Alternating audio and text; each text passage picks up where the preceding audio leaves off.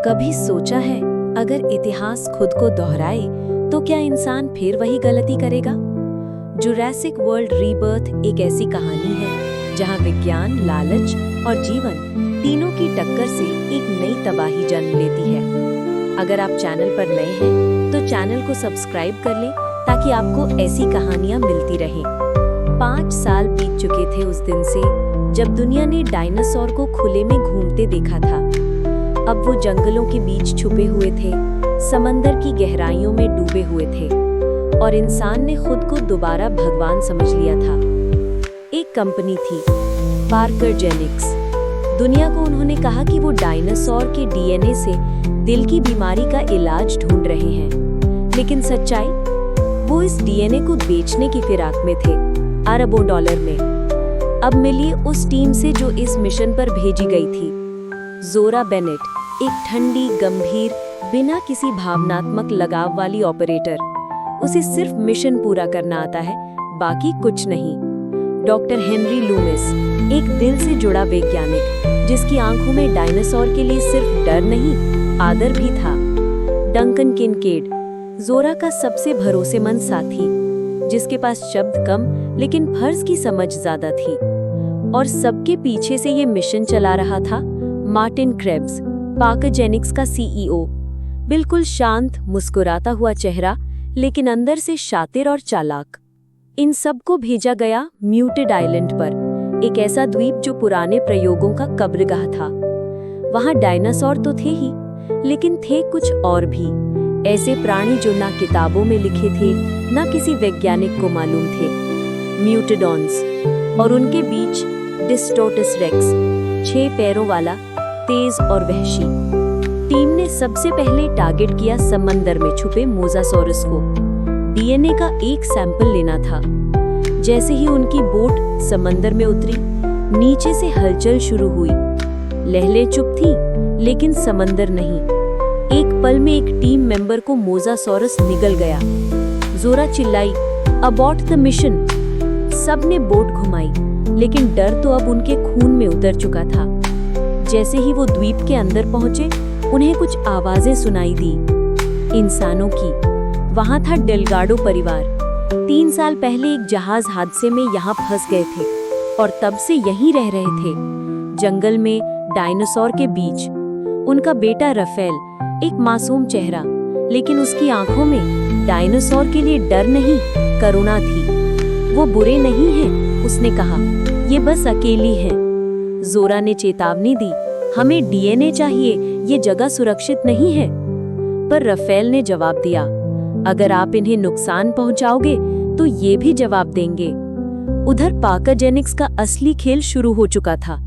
Krebs ने lab से सारा डेटा चोरी कर दूसरी कंपनी को ट्रांसफर कर दिया। उसने अपने कमांडर से कहा, टीम को वहां छोड़ दो, हमें बस डीएनए चाहिए, लोग नहीं। इधर टीम जंगल में गुफा के भीतर घुसी, जहां था क्वेट्ज़ालकोटेलिस का घोंसला। अंडे लेने ही वाले थे कि कुछ हिला। गुफा की दीवारें कांपने लगी और वहां से निकला डिस्टोटस रेक्स, 6 टांगों वाला, लाल आंखों से चमकता और इतना तेज कि इंसानी आंख उसे पकड़ न पाए। एक पल में 2 सैनिकों को उसने चीर फाड़ दिया। ज़ोरा ने फायरिंग शुरू की। डंकन ने रफेल को उठाया और झाड़ियों में छिप गया। डॉक्टर लूमिस वहीं खड़ा था, कांपते हुए, पर उसकी आंखों में डर से ज्यादा हैरानी थी। ये तो कोई दुर्घटना नहीं, ये किसी ने बनाया है। डिस्टोटस रेक्स गुफा से बाहर निकला, लेकिन रफेल उसी के सामने आ गया। सब चिल्ला रहे थे, रफेल हट जाओ, लेकिन वो बस उसे देख रहा था। धीरे से बोला, तुम अकेले हो ना, जैसे मैं था। डिस्टोटस रेक्स ने एक पल को रुककर रफेल को देखा, फिर पीछे हट गया। ज़ोरा ने पहली बार रफेल की तरफ देखा और कहा, तो क्या है, इंसान या चमत्कार? डॉक्टर लूमिस की आंखों में आंसू थे, शायद वो भी बस समझा जाना चाहता है। टीम का रेडियो अब काम नहीं कर रहा था। क्रेब्स ने उन्हें धोखा दे दिया था। अब वो जंगल में थे, अकेले, डायनासोर के बीच और सबसे खतरनाक सच के सामने। पर कहानी यहीं खत्म नहीं होती, क्योंकि अगली सुबह उनका सामना होगा उस सच्चाई से जिसने जुरासिक वर्ल्ड को रीबर्थ दिया। जोरा, राफेल और डॉक्टर लूमिस अब चारों एक ऐसी दुनिया में फंसे थे जहां इंसान सबसे निचली सीढ़ी पर था और सबसे ऊपर था डिस्टॉर्टस रेक्स। सुबह का सूरज उग चुका था, लेकिन जंगल में उसकी किरणें नहीं पहुंचती थी। हर तरफ धुंध, टूटे पत्ते और अजीब सी जानवरों की चीखें। डॉक्टर लूमिस ने राफेल से पूछा, तुमने ऐसा क्या किया कि वो जानवर तुम्हें खा नहीं गया? राफेल मुस्कुराया, मैं उसे जानवर नहीं मानता, वो बस डरा हुआ है। जोरा ने बात काटी, डर के कारण लोग नहीं मरते राफेल, मगर भरोसे के कारण कई मारे जाते हैं। अब वक्त है निकलने का। सीन जंगल के भीतर एक छुपा हुआ घोंसला। कई क्वेट्ज़ालकोटेलस वहां अंडों की रखवाली कर रहे थे। जोरा ने ऑपरेशन सेट किया, हमें बस एक अंडा चाहिए डीएनए के लिए। लेकिन जैसे ही डंकन ने घोंसले की ओर कदम बढ़ाया, ऊपर से एक परछाई गुजरी। आसमान से एक विशालकाय क्वेट्ज़ालकोटेलस चीखता हुआ नीचे उतरा। उसके पंख 40 फीट लंबे थे। उसकी नजर डंकन पर पड़ी। एक तेज झपटा और डंकन हवा में उड़ गया। जोरा चिल्लाई, डंकन! डॉक्टर लूमिस ने फ्लेयर गन चलाई। एक लाल रोशनी आसमान में और परिंदे डरकर पीछे हटे। डंकन बुरी तरह घायल होकर एक पेड़ के नीचे गिरा। जोरा दौड़ी, उसे उठाया। उसकी सांसें कमजोर थीं। हम तुम्हें लेकर निकलेंगे डंकन, मैं वादा करती हूँ।